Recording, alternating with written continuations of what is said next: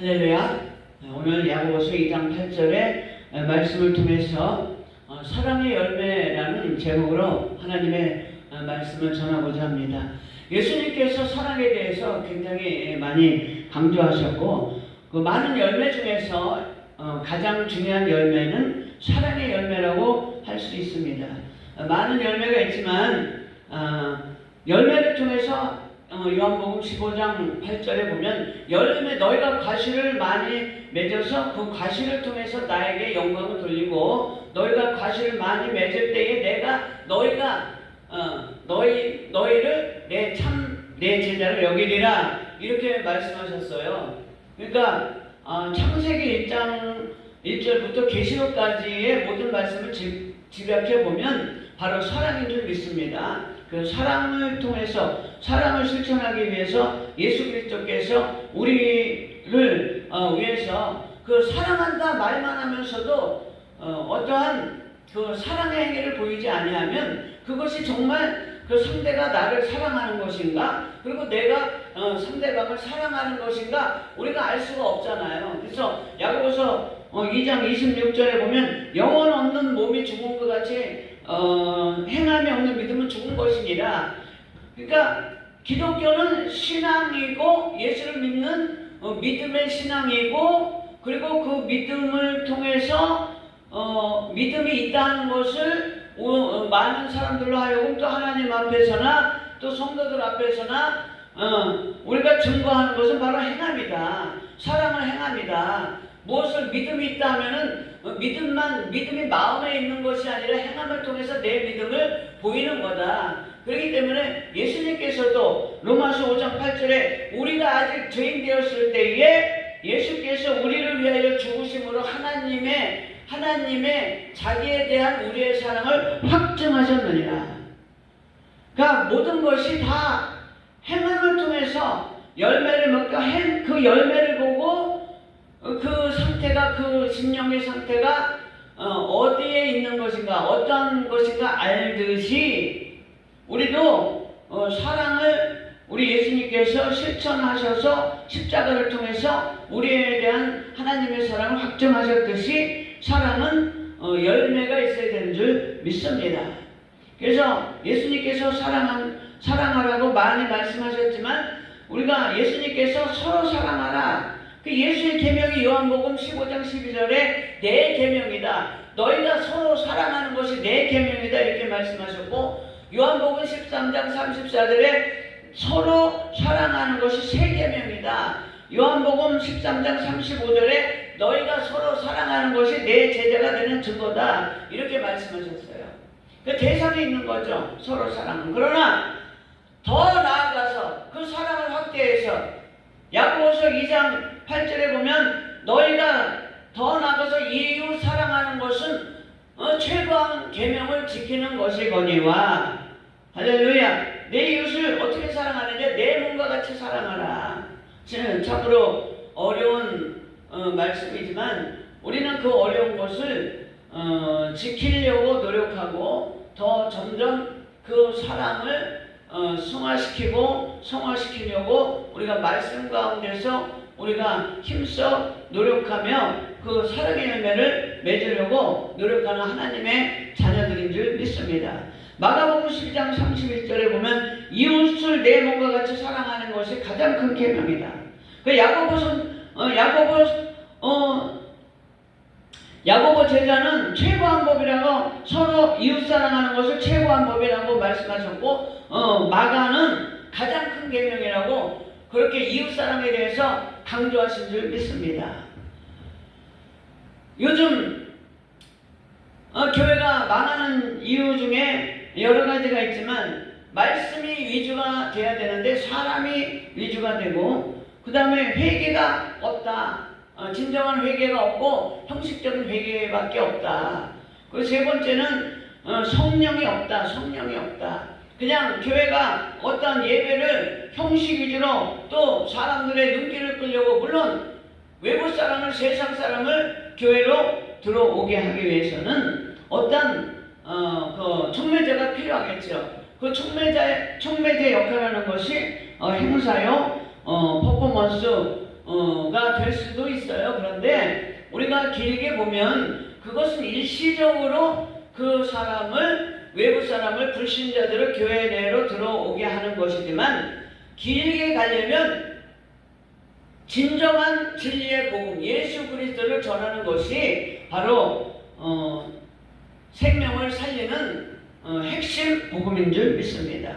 그래서 우리는 그 핵심 복음을 전할 때 무엇을 전하느냐? 예수의 사랑을 전해야 될 줄 믿습니다. 예수의 사랑을 전할 때 그들이 진정으로 예수께서 우리 인류를 위해서 십자가에 못 박혀 돌아가시고 거기서 끝나는 것이 아니라 3일 만에 부활하시고 또 제자들과 같이 40일 동안 같이 생활하고 또 거기서 끝나는 것이 아니라 감람산에서 하늘로 올리움을 본 위드 아이니스, 목격 증인, 그들의 증언에 의해서 그 증언이 거짓말 같으면은 아무리 사람들이 얘기를 해도 그 증언이 없어져요. 그러나 그것이 진리의 증언이고 예수께서 다시 우리라, 야 너희들 왜 내가 하늘로 올림을 받는 것을 이상하게 생각하냐? 내가 올라간 그대로 이 땅에 다시 오리라.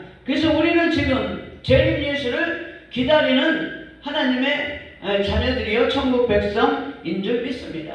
그러면 우리가 예수님께서 사랑을 실천하시고 그 사랑의 핵심, 사랑의 본체, 그 예수님을 기다리는 저희들은 과연 이 세상에서 어떻게 살아가야 되느냐? 그래서 우리가 신앙생활을 하는 그 열매를 무엇으로 맺어야 되느냐? 가장 핵심적인 부분이 바로 사랑의 열매를 맺어야 되는 것을 우리 성경이 말씀하고 있습니다. 그러면 사랑이 무엇이냐고 물으신다면, 세상 사람들은 사랑이 무엇이냐고 물으신다면 눈물의 씨앗이라고 말하겠어요. 이렇게 얘기하는 그 유행가 가사도 있지만, 하나님이 말씀하시는 사랑은 바로 사랑의 핵심은 희생인 줄 믿습니다. 아멘. 우리가 아직 죄인 되었을 때 예수 그리스도께서 우리를 위하여 죽으심으로 하나님께서 우리에 대한 자기의 사랑을 십자가를 통해서, 예수 그리스도의 십자가에서 돌아가심을 통해서 확증하신 줄 믿습니다. 우리는 하나님 앞과 세상 사람들 앞에서 완전하지는 않지만 우리의 그 사랑을 실천하는 예수님을 본받는 하나님의 제자로서 무엇을 해야 될까요? 그 사랑의 행위, 사랑의 행실, 그 사랑이 우리의 삶 가운데 무엇으로 나와야 되느냐? 저는 이렇게 생각합니다. 용서를 통해서 사랑의 열매를 맺어야 되는 줄 믿습니다. 할렐루야. 용서란 것이 그렇게 쉬운 게 아니에요. 그러나 우리는 어떻게 하든지 우리가 용서할 수 있는 믿음의 자녀들이 되어야 될 줄 믿습니다. 예수님께서 가늠한 여인을 사람들이 데려왔어요. 그런데 데려왔지만 그 사실은 율법에서는 그 가늠한 사람들은 돌로 쳐 죽이라고 했잖아요. 그런데 여자만 데려왔어요. 여자만. 그래서 그 여자를 돌로 쳐 죽이려고 예수님을, 그러니까 여인을 돌로 쳐 죽이는 것이 문제가 아니라 예수님께서 간혹 가다가 필요에 의해서 생명을 살리려는 그러한 예수님의 의지에 의해서 주일날도 고창병 들린 사람을 살리시고 또 주일날도 또 다른 또 삭개오 같은 유대인들이 싫어하는 사람의 집에 거하려고 하고, 또 여러 가지 이유로 그 유대인들의 율법을 거스르는 행동을 했기 때문에 사실은 그 예수가 어떻게 하려고 보자. 그래서 어떤 빌미를 잡아서 예수님이 율법을 범하는 빌미를 잡아서 예수님을 어떻게 하려는 그러한 그들의 계획 때문에 그 가늠한 여자가, 남자도 있었지만 여자만 희생양이 된 거죠. 예수님께서 그 데려온 무리들의 그 속셈을 간파하지 못하겠어요. 예수님께서는 우리의 심령의 상태까지도 다 파악하시는 살아계신 하나님이신 줄 믿습니다. 그래서 예수님께서 땅에다가 다 무엇을 적었어요? 근데 적었는데 그 내용이 뭐냐? 바로 율법에 대한 것을 다 땅에다 적었어요. 그러니까 사람들이 그것을 읽어보니까 다 자기가 걸리거든. 이 세상 사람들이 하나님의 율법에 걸리지 않는 사람은 아무도 없는 줄 믿습니다. 아멘. 그래서 세상 말로 똥 묻은 개가 겨 묻은 개를 판단하고, 또 눈 안에 있는 들보가 있는 사람이 남의 눈에 있는 티를 보고 판단을 하는 경우가 얼마나 많아요. 그런데 예수님께서는 그러니까 사람들이 여기서 죄 없는 자가 돌로 치라, 그러니까는 다 돌을 놓고 다 자기네들이 흩어져 버렸어요. 그런데 예수님께서는 그 여인에게 과거를 묻지 아니하시고, 할렐루야, 과거에 매달리지 아니하시고, 예수님께서 하신 말씀이 딱 한마디예요. 나도 너를 정죄하지 아니하노니 가서 다시는 범죄하지 말라. 그러니까 예수님, 그 여인이 범죄했다는 얘기예요? 범죄하지 않았다는 얘기예요? 범죄했다는 얘기죠. 범죄했지만 정죄하지 않겠다. 우리 정죄는 다 하나님께 맡길 수 있는 저와 여러분이 되시기를 바랍니다. 우리는 재판관이 아니에요. 재판관은 오로지 하나님 분이신 줄 믿습니다.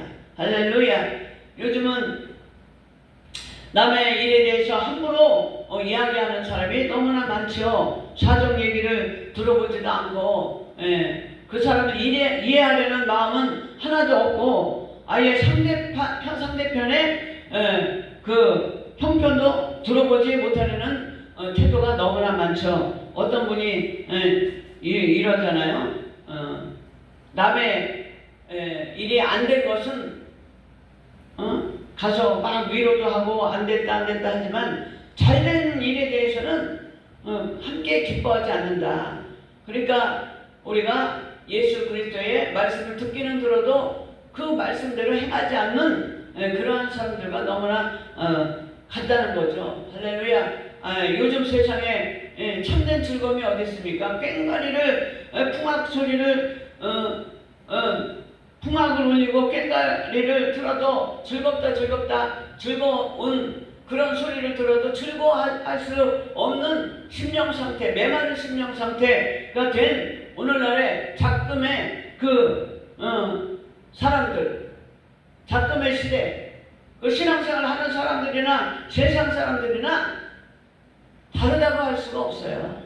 요즘 교회에 진정한 사랑이 있습니까?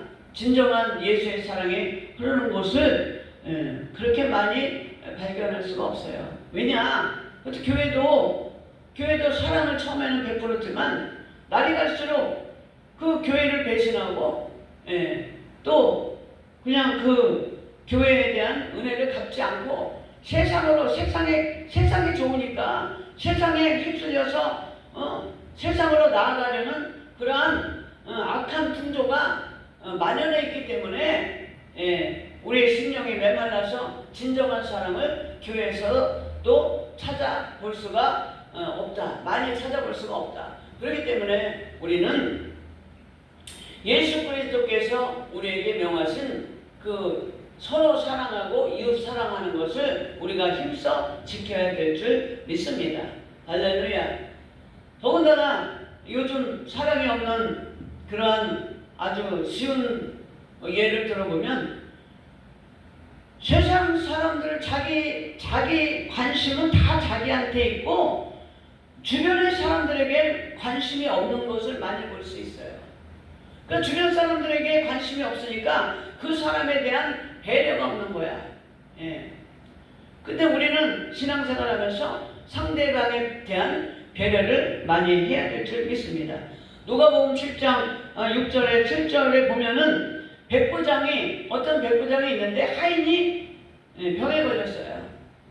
그러니까 백부장 정도 되면 예수님을 초청해서 기도해 달라고 하고 병치료를 요청할 수도 있었을 거예요.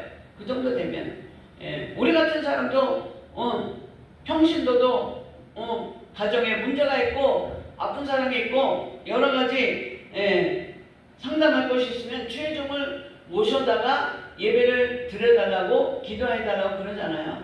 그런데 그 백부장은 그 당시에 예수님께서는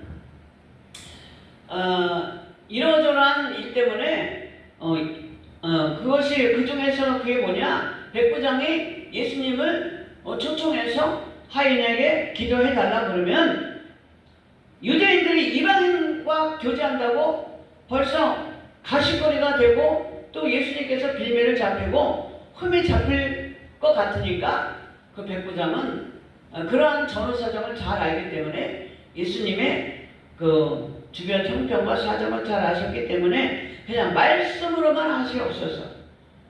그러니까 얼마나 그 백부장이 이방인임에도 불구하고 예수님의 형편과 사정을 고려해서 그 예수님에게 배려한 모습을 볼 수 있습니다. 여러분, 우리가 신앙생활 할 때에 배려가 없는 사람들이 너무나 많아요.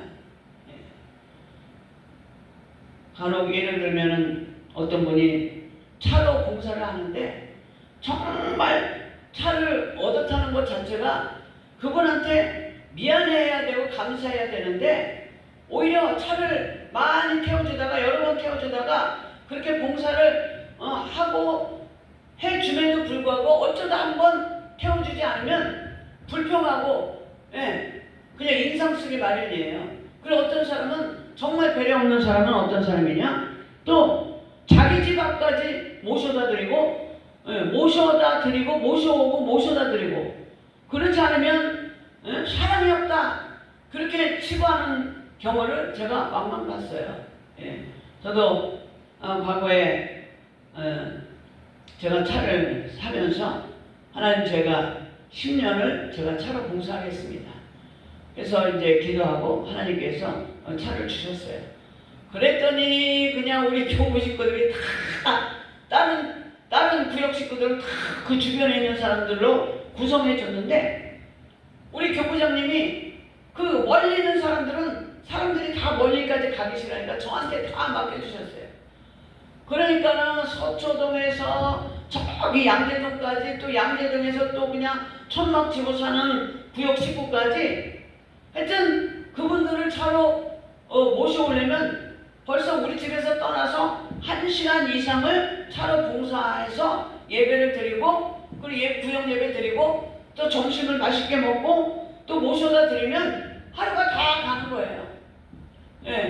그리고 또 교회에 어떤 일이 있어가지고, 일이 있으면 제 차에 다 태워가지고 이제 제가 봉사를 하니까 또 어디로 이동할 때는 권사님들이 다 제 차를 탄 거예요.